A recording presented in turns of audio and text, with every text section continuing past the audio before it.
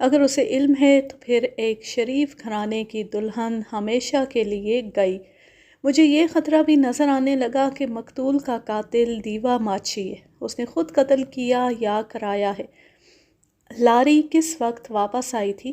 تقریباً 2 گھنٹے بعد۔ تم نے کمالے سے پوچھا تھا کہ وہ لاری کہاں لے گیا تھا؟ پوچھا تھا لیکن اس نے نہیں بتایا۔ اس نے مجھے چابی دی اور چلا گیا۔ اس کے بعد تمہیں کمالہ کہیں نظر آیا تھا؟ میں نے نہیں دیکھا۔ میں نے دیکھا ہے، ایک اور ڈرائیور نے کہا۔ 1.5-2 گھنٹے گزرے، میں نے اسے بازار میں جاتے دیکھا ہے۔ عالیجا، ایک ڈرائیور نے کہا، ایسا حکم جاری کریں کہ کمالے اور دیوے ماچھی جیسا کوئی بھی بدماش اڈے پر نہ آیا کرے۔ میری درخواست ہے کہ شام کے بعد وہاں سنتری کھڑا کر دیا کریں۔ آپ غور فرمائیں کہ واردات ان بدماشوں نے کی اور گاڑیاں ہماری ضبط ہو گئیں۔ گاڑیوں کا ٹائم ہے، ہماری روزی میں بٹے پڑے کہ نہیں۔ میں اس لاری کو نہیں چھوڑ سکتا تھا جس میں لڑکی کو لے جایا گیا تھا۔ میں نے اس لاری کی چابی لے لی اور باقی لاریاں چھوڑ دیں۔ مطلوبہ ڈرائیور کو شامل تفتیش کر کے پابند کر لیا۔ اتنے میں قبولو آ گئی۔ اس کی عمر 35 سال کے لگ بھگ تھی۔ اس کی آنکھیں بتا رہی تھیں کہ آسمان کو ٹاکی لگا سکتی ہے۔ میرے سامنے آئی تو میں نے مسکرا کر اس کی آنکھوں میں آنکھیں ڈالیں۔ اس کے چہرے پر گھبراہٹ تھی۔ گھبراؤ نہیں قبولو، میری موجودگی میں گھبرانے کی ضرورت نہیں، لیکن مجھے چکر نہ دینا۔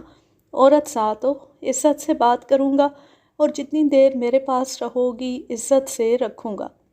میں نے اسے اپنے ساتھ لیا اور حوالات کے دروازے کے سامنے کھڑا کیا۔ اس نے سلاخوں میں سے اندر دیکھا۔ ارشاد فرش پر بیٹھا تھا۔ میں نے قبولو سے کہا، اچھی طرح پہچان لو تاکہ تمہیں کوئی شک نہ رہے۔ وہاں سے ہٹا کر میں نے باہر کی طرف اشارہ کیا اور کہا، وہ جو لاری کھڑی ہے نا، اس میں جمیلہ کو لے جایا گیا ہے۔ جمیلہ کو جانتی ہو نا، جسے تم نے کمبل اور چادر میں لپیٹ کر گھر سے نکالا اور تانگے کی طرف بھیجا تھا۔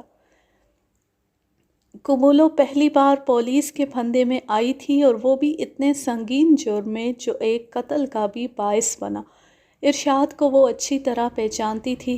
اسے حوالات میں دیکھ کر اس کے چہرے سے خون غائب ہو گیا۔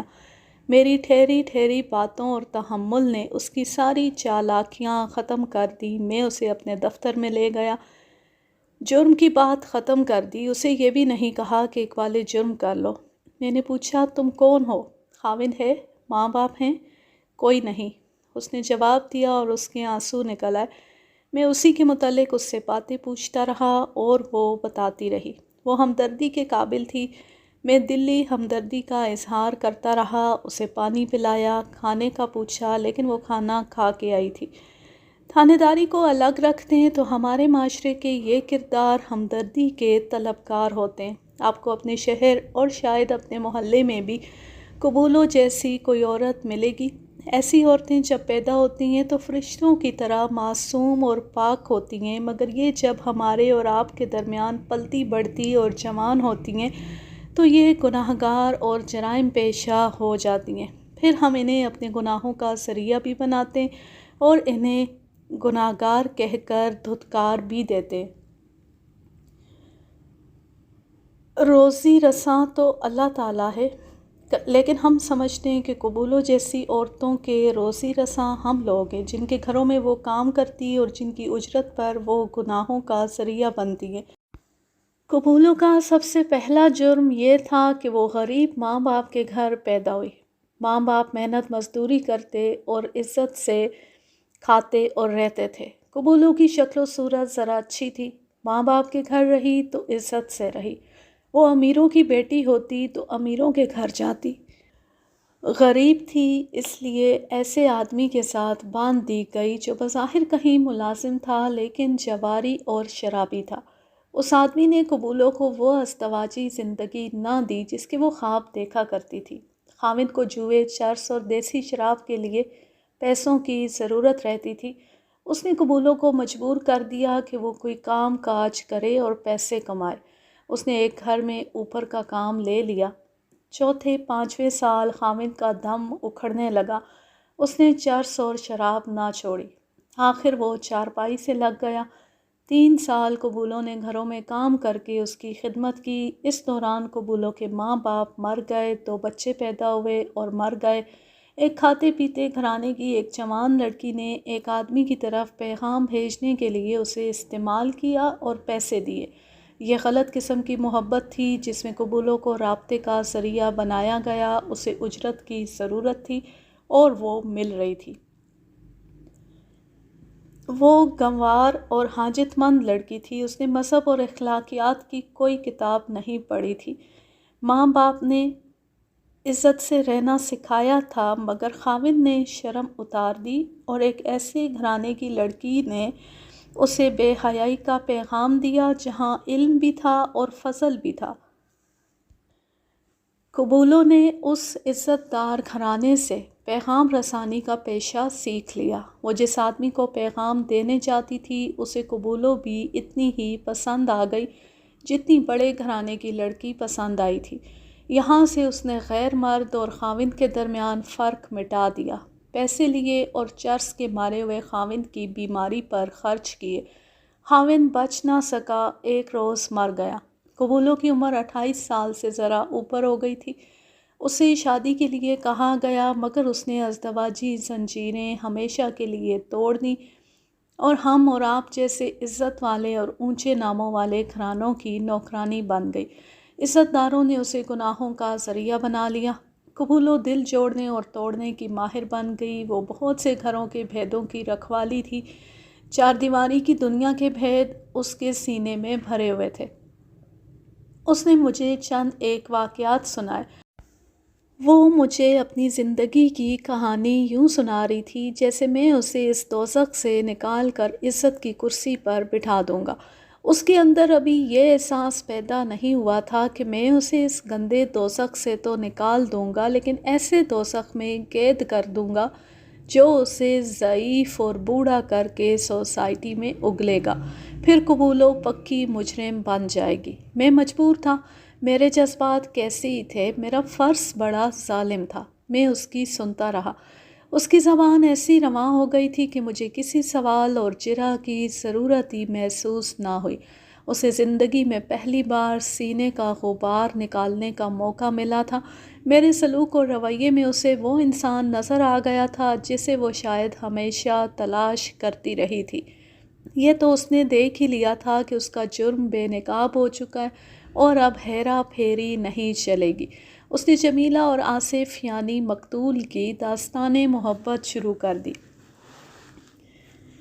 قبولوں ان کے درمیان پیغام رسانی کرتی اور ملاقاتوں کا انتظام کرتی تھی۔ اس نے 2 مرتبہ ان کی ملاقات اپنے گھر میں کرائی تھی لیکن یہ کام بہت خطرناک تھا، چھپایا نہیں جا سکتا تھا۔ اس نے تصدیق کی کہ مقتول اور جمیلہ ایک دوسرے کے لیے جان قربان کرنے کو تیار رہتے تھے۔ انہوں نے فرار کی اسکیم اس طرح بنائی جس طرح ارشاد نے بیان کی تھی۔ قبولوں نے اعتراف کیا کہ جمیلہ جس طرح گھر سے نکلی وہ قبولوں کی اسکیم تھی۔ اس نے بتایا کہ وہ دلہن کے ساتھ ہی آ گئی تھی۔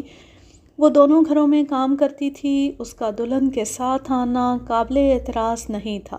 اس نے مقتول کو وقت بتا رکھا تھا، اسے تانگا لانا تھا۔ ارشاد کو بھی اس اسکیم کا علم تھا، اسے اپنے دوست کے ساتھ رہنا تھا۔ اس وقت کے مطابق قبولوں نے گھر والوں کو اپنے مخصوص شگفتہ اور استادی کے انداز سے کہنا شروع کر دیا کہ دلہن کو اپنے کمرے میں بھیجو۔ قبولوں کا گھروں میں کچھ اثر بھی تھا۔ قبولوں نے دلہا کی بہن کے کان میں کہہ دیا کہ دلہا مجھے 3 بار باہر بلا کر کہہ چکا ہے کہ دلہن کو اپنے کمرے میں بھیجو۔ یہ خوشی کا موقع تھا۔ بہن نے دلہن کو اس کے کمرے میں داخل کر دیا۔ قبولوں بھی ساتھ گئی۔ بہن نکل آئی تو قبولوں تھوڑی دیر اندر رہی، دلہن کو زبانی ریہرسل کرائی اور اس دروازے کی اندر سے چٹکنی لگا دی جو اندر کو کھلتا تھا۔ قبولوں ڈیوڑی والے دروازے سے باہر نکلی۔ اس نے باہر جس طرف مہمان بیٹھے تھے دیکھ لیا کہ دلہا ان کے ساتھ باتیں کر رہا ہے اور وہ جلدی اٹھے گا نہیں۔ قبولوں پھر دلہن کے پاس گئی اور اس کا حوصلہ بڑھایا۔ وقت ہو رہا تھا۔ قبولوں نے گلی میں سے باہر جا کر دیکھا، تانگا کھڑا تھا۔ وہ یقین کرنے کے لیے آگے گئی اور اسے اس مقتول کی آواز سنائی دی، لے آؤ۔ تو وہ واپس گئی، دلہن کو دیکھا، دوسری طرف جا کر دلہا کو دیکھا، میدان صاف تھا۔ قبولوں نے آ کر ڈیوڑی کی بتی بجھا دی اور دلہن سے کہا کہ چلو۔ دلہن نے نہایت پھرتی سے شلوار اتار دی، پلنگ کی چادر باندھی، اوپر کمبل لیا اور نکل گئی۔ قبولوں ڈیوڑی کے دروازے میں کھڑی رہی۔ دلہن گلی سے نکل گئی تو قبولوں نے ڈیوڑی کی بتی جلائی اور مہمان عورتوں میں گھل مل گئی۔ دلہن کی گمشدگی کا انکشاف ہوا تو اس کی تلاش میں سب سے زیادہ بھاگ دوڑ قبولوں نے کی۔ ساری رات قیامت بپا رہی، کوئی بھی نہ سویا۔ صبح کے وقت دلہا کے باپ نے کہا کہ تھانے رپورٹ لکھوائی جائے۔ قبولوں نے مخالفت کی اور کہا کہ آج کا دن دیکھ لو، شاید واپس آ جائے۔ رپورٹ لکھوائی تو پولیس آئے گی اور لوگ تماشا دیکھیں گے۔ دونوں گھروں کے تو اوسان خطا تھے، بیچارے عقل کی بات سوچ ہی نہیں سکتے تھے۔ صورتحال ہی کچھ ایسی پیدا ہو گئی تھی۔ دن گزر گیا، رات کو اسے مقتول ملا۔ وہ بہت حیران ہوئی۔ مقتول نے اسے سنایا کہ لڑکی ان کے ہاتھ سے نکل گئی ہے۔ قبولوں نے سر پیٹ لیا۔ سوچتے سوچتے اس نے کہا کہ وہ کمالے بدماش سے بات کرے گی۔ رات کو اس نے کمالے کو ڈھونڈا، وہ اسے نہ ملا۔ اگلے روز مقتول قتل ہو گیا۔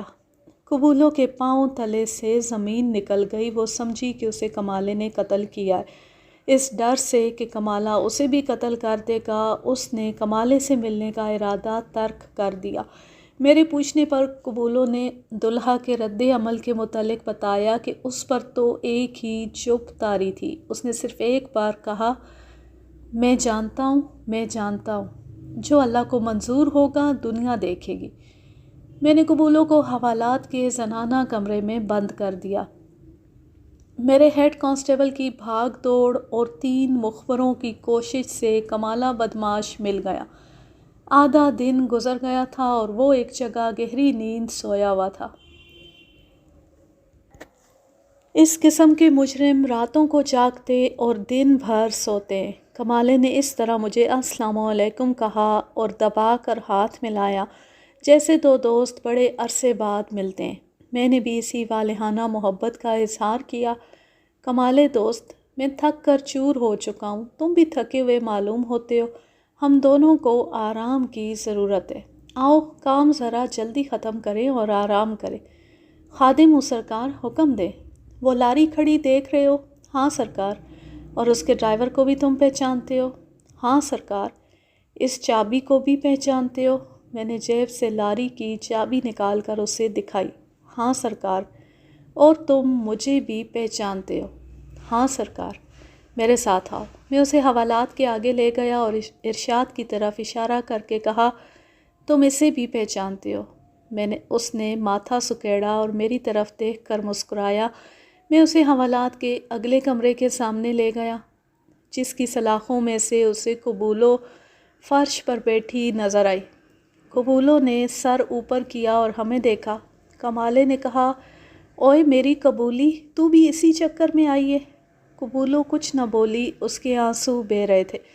کمالے کو اپنے دفتر میں بٹھا کر میں نے پوچھا، دیوا ماچھی اس وقت کہاں ہوگا؟ میں تو سرکار کے حضور بیٹھا ہوں، دیوے کے متعلق کیا بتا سکتا ہوں؟ کمالے، میں نے ذرا رعب سے کہا، مقدمہ لڑنا چاہتے ہو تو میں تم سے کوئی بیان نہیں لوں گا، زبردستی بھی نہیں کروں گا۔ میرے پاس اتنی شہادت ہے کہ تمہارے بیان کی مجھے ضرورت ہی نہیں۔ یہ بھی سن لو کہ اغوا کا یہ مجرم قتل ہو گیا ہے۔ تم نے کیا ہے یا دیوے ماچھی نے یا کسی اور نے؟ میں یہ قتل تمہارے سر تھوپ کر ثابت بھی کر دوں گا اور تمہیں کالا پانی بھجوا دوں گا۔ خدا کی قسم، یہ دنیا تمہارے لیے جہنم بنا دوں گا۔ اس نے حیران ہو کر پوچھا، قتل کون ہوا ہے؟ پہلے مجھے جواب دو، اپنی ہسٹری شیٹ دیکھو، تمہیں ساری عمر کے لیے اندر بند کرنے کو یہی کافی ہے۔ اگر بولو گے تو فائدے میں رہو گے۔ تم اناڑی تو نہیں ہو کمالے؟ قانون اور پولیس کی اونچ نیچ سمجھتے ہو؟ بولو کیا ارادہ ہے؟ وعدہ معاف گواہ بناتے ہو؟ اگر ضرورت پڑی تو۔ ملک سرکار، اس نے پہلے ہاتھ جوڑے، پھر میرے گھٹنوں پر ہاتھ رکھ کر میرے پاؤں میں بیٹھ گیا، منت کرنے لگا، وعدہ معافی لکھوا دو، ساری واردات ثابت کر دوں گا، اللہ پاک کی قسم مقدمہ سزا نہ ہوا تو گولی مار دینا۔ پہلے بولو۔ وعدہ کرتا ہوں کہ تمہاری خواہش پوری کروں گا، مجھے مجبور نہ کرو، تم اب میرے پھندے سے نکل نہیں سکتے، میں اب قاتل کو نہیں ڈھونڈوں گا، قتل بھی تمہارے کھاتے میں جائے گا۔ میں وعدہ معاف گواہ عرف عام میں سلطانی گواہ بنانے کا قائل نہیں تھا۔ سلطانی گواہ اس واردات میں بنایا جاتا ہے جو زیادہ مجرموں نے مل کر کی ہو اور کوئی شہادت نہ ملے، ان میں سے ایک پکڑا جائے تو وہ وعدہ معاف گواہ بنا لیا جاتا ہے جو باقی سب کو پکڑوا دیتا اور شہادت مہیا کرتا ہے۔ عدالت اسے کوئی سزا نہیں دیتی، یہ اس کا انعام ہوتا ہے، یعنی ایک مجرم کو معاف کر دیا جاتا ہے۔ یہی وجہ ہے کہ میں وعدہ معاف گواہ کم ہی بنایا کرتا تھا۔ بعض اوقات یوں بھی ہوتا ہے کہ وعدہ معاف گواہ اپنے ساتھیوں کے ساتھ یہ نیکی کرتا ہے کہ عدالت میں مقدمے کی سماعت کے دوران بیان دے دیتا ہے کہ اسے پولیس نے غیر انسانی تشدد کے زیر اثر وعدہ معاف گواہ بنایا ہے، اس کا اس واردات کے ساتھ کوئی تعلق نہیں۔ ایسی صورت میں پولیس کے لیے کیس ثابت کرنا بہت ہی دشوار ہو جاتا ہے۔ کمالے نے مجھے خوش کرنے اور مجھ سے رعایت لینے کے لیے بیان دے دیا۔ اس نے بتایا کہ اس نے تانگے کی پچھلی سیٹ پر دیکھ لیا تھا کہ لڑکی ہے، لیکن اسے شک نہیں ہوا تھا۔ مقتول اور ارشاد کو اس نے پہچان لیا کہ قصبے کے نوجوان ہیں۔ انہیں معلوم تھا کہ رات کو کوئی لاری نہیں جاتی، لیکن ان کی باتوں سے ظاہر ہوتا تھا کہ انہوں نے یہ بھی فیصلہ نہیں کیا کہ انہیں جانا کہاں تک ہے۔ اندر دیوا ماچھی آیا بیٹھا تھا۔ کمالے نے اسے بتایا کہ مال معلوم ہوتا ہے۔ لڑکوں کو اندر بلا لیا گیا۔ وہاں ان سے پوچھا گیا کہ یہ لڑکی تمہاری کیا لگتی ہے؟ تو مقتول نے کہا کہ لڑکی نہیں، لڑکا ہے اور بیمار ہے۔ کمالے نے بتایا کہ صاف نظر آ رہا تھا کہ لڑکی ہے۔ مختصر یہ کہ وہ دونوں استاد تھے۔ دیوا ماچھی تو آسمان سے تارے نوچنے والا استاد تھا۔ دونوں بھانپ گئے۔ دیوے کے مجرم ذہن نے فوراً اسکیم تیار کر لی اور انہوں نے لڑکی بالکل اسی طرح اڑا لی جس طرح میں دوسرے مجرموں کی زبانی سنا چکا ہوں۔ اس سے آگے یوں ہوا کہ مقتول کو راستے میں اتار کر انہوں نے لاری چلائی تو لڑکی نے چیخ و پکار شروع کر دی۔ دیوے نے چاقو کی نوک اس کی گردن پر رکھ دی۔ لڑکی نے کہا کہ میری گردن کاٹ دو، مجھے قتل کر دو۔ اس نے کپڑے سے اس کا منہ باندھ دیا۔ دریا کے پار قصبے سے 6 میل دور ایک گاؤں تھا جہاں دیوے ماچھی کا ایک ٹھکانہ تھا۔ وہاں تک لاری جا سکتی تھی، وہ لے گئے۔ 1.5 میل فاصلہ رہ گیا تھا۔ وہاں سے دیوے نے لڑکی کو کندھوں پر اٹھا لیا۔ لاری وہیں چھوڑ کر کمالہ اس کے ساتھ گیا۔ انہوں نے لڑکی کو باری باری اٹھایا اور اپنے ٹھکانے میں پہنچ گئے۔ کمالہ واپس آ گیا کیونکہ اسے لاری واپس کرنی تھی۔ اس جنگل بیابان میں کوئی دیکھنے والا نہ تھا کہ لاری ادھر کیوں آئی ہے۔ کمالہ لاری واپس اڈے پر لے آیا۔ اسے کوئی 2 گھنٹے لگے۔ لاری کے ڈرائیور نے یہ بھی بتایا تھا کہ کمالہ لاری 2 گھنٹے بعد لایا تھا۔ کمالہ پیدل دیوے ماچھی کے ٹھکانے کی طرف چل پڑا۔ اسے اپنا حصہ وصول کرنا تھا۔ دونوں نے لڑکی کو بہت پریشان کیا، اس کے زیورات تقسیم کر لیے۔ ایک ہی رات میں لڑکی کئی بار بے ہوش ہوئی۔ دیوے ماچھی نے کمالے کو بتایا کہ وہ صبح اپنے ایک آدمی کو پٹیالہ بھیجے گا، وہاں سے وہ گاہک لائے گا۔ ظاہر ہے کہ گاہک مہاراجہ پٹیالہ کے آدمی ہوں گے۔ دیوے نے یہ بھی کہا تھا کہ ان گاہکوں سے سودا نہ بن سکا تو وہ کوئی اور گاہک دیکھے گا۔ ایسے مال کو ساتھ لیے پھرنا خطرناک تھا۔ دیوے ماچھی نے کمالے سے کہا کہ وہ واپس چلا جائے، مال فروخت ہوتی اس کا حصہ اسے مل جائے گا۔ کمالہ صبح کے وقت وہاں سے واپس آیا۔ دیوے نے اسے یہ بھی کہا تھا کہ اڈے والوں کو پکا رکھنا اور پولیس کی بھی خبر رکھنا، گڑبڑ کا خطرہ ہو تو قبل از وقت اطلاع دے دینا۔ کمالے کو دیوے ماچھی پر بھروسہ تھا۔ اسے یہ بھی یقین تھا کہ لڑکی ابھی اسی گاؤں میں ہوگی۔ گاہکوں کو دور سے آنا تھا۔ کمالہ اگلی شام بھی گاؤں گیا اور دوسرے دن واپس آیا۔ یہ وقت مجھے اچھی طرح یاد ہے۔ سورج غروب ہونے میں ابھی دیر تھی۔ میں نے تھانے کا چارج رگھو ناتھ کو دیا۔ کمالے سے گاؤں کا محلِ وقوع سمجھا، راستہ سمجھا۔ لڑکی جس مکان میں تھی وہ معلوم کیا اور 12 کانسٹیبل رائفلوں سے مسلح تیار کیے، 3 تانگے منگوا لیے۔ کمالے کو حوالات میں بند کر دیا۔ سورج غروب ہونے کے 1 گھنٹے بعد میں نے اپنی پارٹی تانگوں میں بٹھائی اور روانہ ہو گئے۔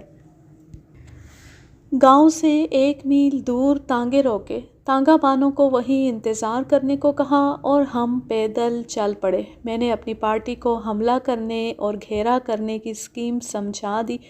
تیز روشنی والی ٹارچیں بھی ساتھ تھیں۔ یہ چھوٹا سا ایک گاؤں تھا جس پر گہری نیند طاری تھی۔ ایک آواز آئی، کون ہو اوئے؟ ادھر آؤ۔ میں آگے گیا۔ فائدہ یہ تھا کہ چاندنی تھی۔ یہ آدمی دیوے ماچھی کا چوکیدار معلوم ہوتا تھا۔ میں اس کے قریب گیا تو اس نے وردی سے مجھے پہچانا۔ میرے ہاتھ میں ریوالور تھا۔ میں نے ریوالور اس کے سینے پر رکھ کر پوچھا، دیوا ماچھی کہاں ہے؟ ایک کانسٹیبل آ گیا، اس کے پاس رائفل تھی۔ میں نے اس آدمی سے کہا، جلدی بتاؤ دیوا کہاں ہے؟ اس گاؤں میں اتنے آدمی نہیں جتنی پولیس آ گئی ہے۔ اس نے فوراً بتا دیا۔ وہ کچا مکان تھا جیسے دیہات میں ہوتے ہیں۔ صحن کی دیوار 6 فٹ کے لگ بھگ اونچی تھی۔ میں نے اس آدمی سے معلوم کر لیا تھا کہ وہ دیوے کا چوکیدار ہے۔ یہ غریب سے کسانوں کا گاؤں تھا جو دیوے ماچھی جیسے ڈکیتوں کا حکم مان سکتے تھے، ان کے خلاف کوئی کارروائی کرنے کی ہمت نہیں رکھتے تھے۔ میں نے دیوے کے چوکیدار سے کہا کہ دیوے کو آواز دے کر باہر بلاؤ، کہو کوئی دوست آیا ہے۔ میں نے 2 کانسٹیبلوں کو دروازے کے دائیں بائیں چھپا دیا اور خود دروازے کے ساتھ لگ کر کھڑا ہو گیا۔ اس آدمی نے دیوے کو آواز دی اور باہر آنے کو کہا۔ دروازہ کھلا۔ دیوا باہر آیا ہی تھا کہ میرے ریوالور کی نالی اس کے پہلو کے ساتھ لگ گئی اور 3 کانسٹیبلوں نے اسے گھیر لیا۔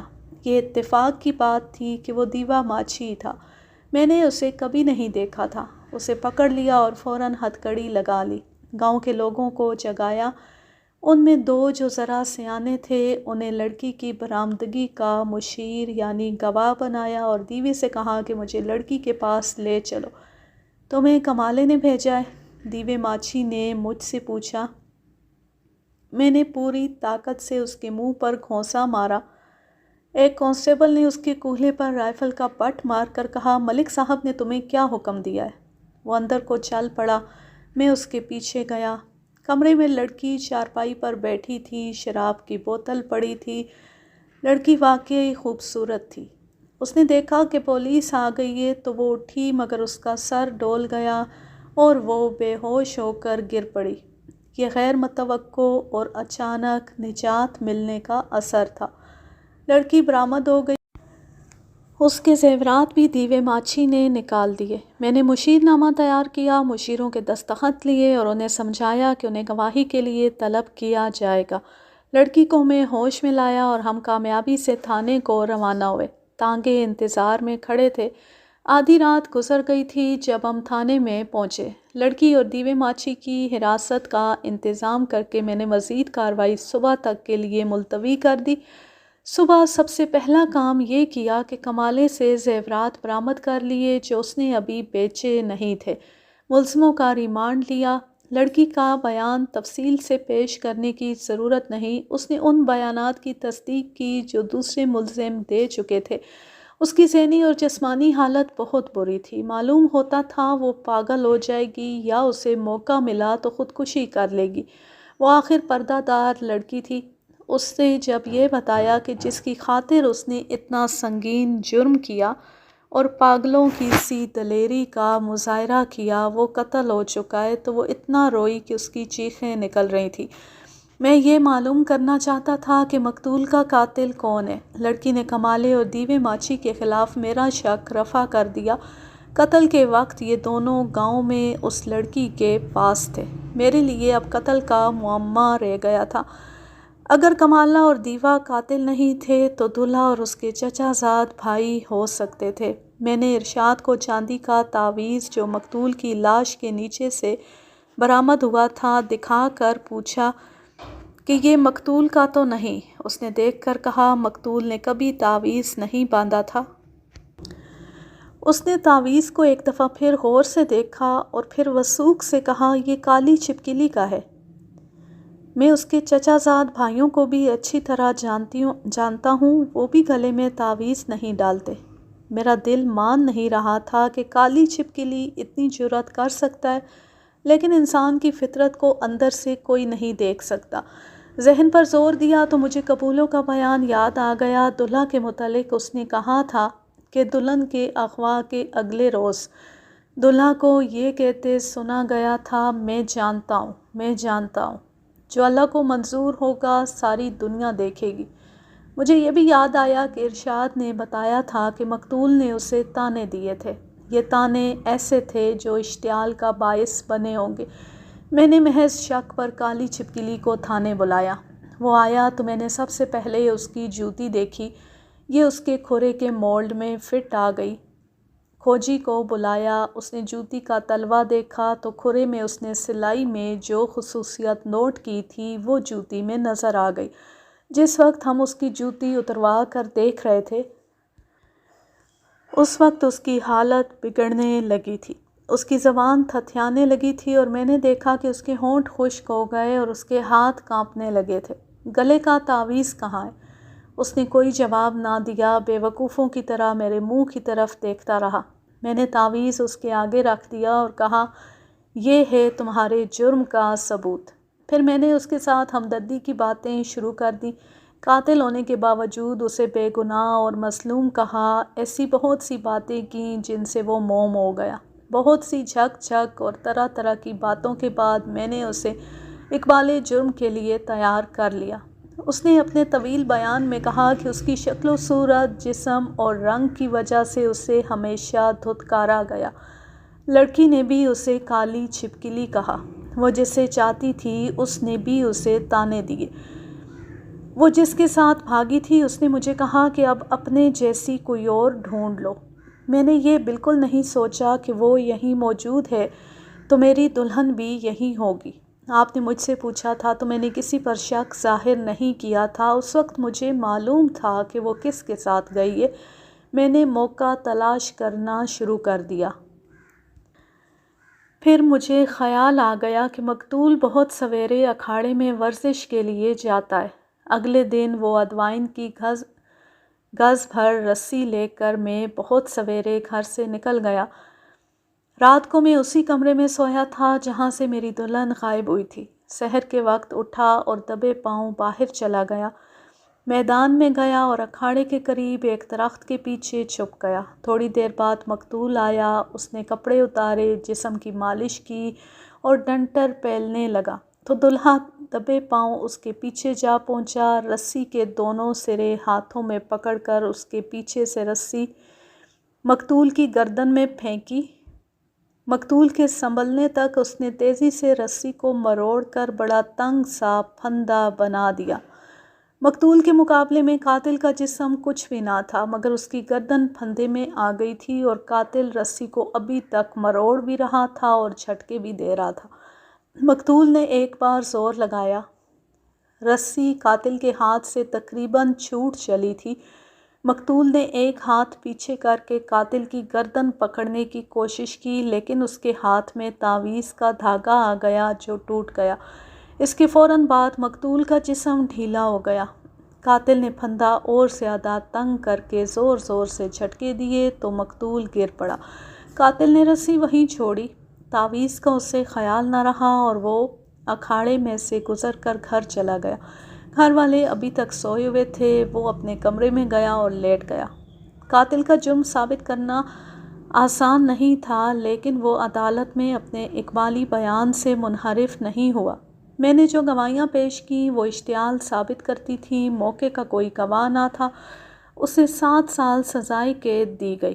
ہائی کورٹ نے اپیل میں اسے شک کا فائدہ دے کر بری کر دیا۔ کمالے اور دیوے ماچھی کو اغوا اور آبرو ریزی کی دفعات کے تحت مجموعی طور پر 11 سال سزا دی گئی۔ ارشاد کو آنتے جرم میں 6 ماہ اور قبولوں کو 3 سال۔ جمیلہ بے شک مظلوم تھی، لیکن وہ ملزم بھی تھی۔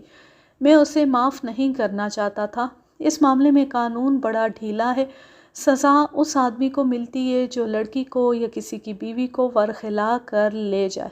میں نے سوچا کہ جمیلہ بچ گئی تو اس سے ان بیویوں کو شے ملے گی جو خاوندوں کو ناپسند کرتی اور کسی اور کو پسند کرتی ہیں۔ میں نے اسے دھوکہ دہی کے الزام میں پیش کیا تھا لیکن وہ بچ گئی۔